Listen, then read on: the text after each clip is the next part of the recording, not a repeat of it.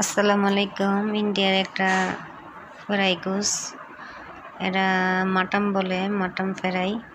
এটা পছন্দ করে আমার ম্যাডামও। এইটা দিয়ে পেট ভরে ভাত খাইতে পারে। ইন্ডিয়ার মানুষ এমনি করে ফ্রাই খায়, আমরা খাই অন্যভাবে।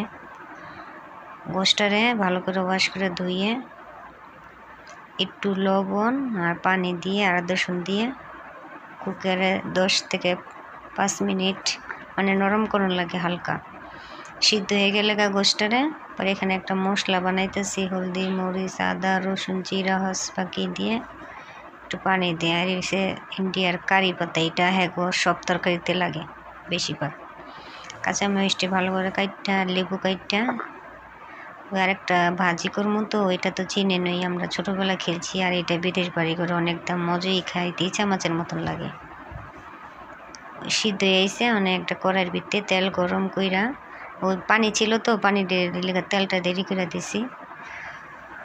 ওই আইলে এখানে ওই কারি পাতা, কাঁচামরিচ দিয়ে ভালো কইরা এটারে ভাজতে হয়।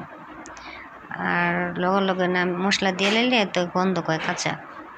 গোসটা লালচে লালচে হয়ে গেলে এখানে ওই মশলাটা বানিয়েছি এটা দিয়ে লাগে ভালো কইরা ভাজা,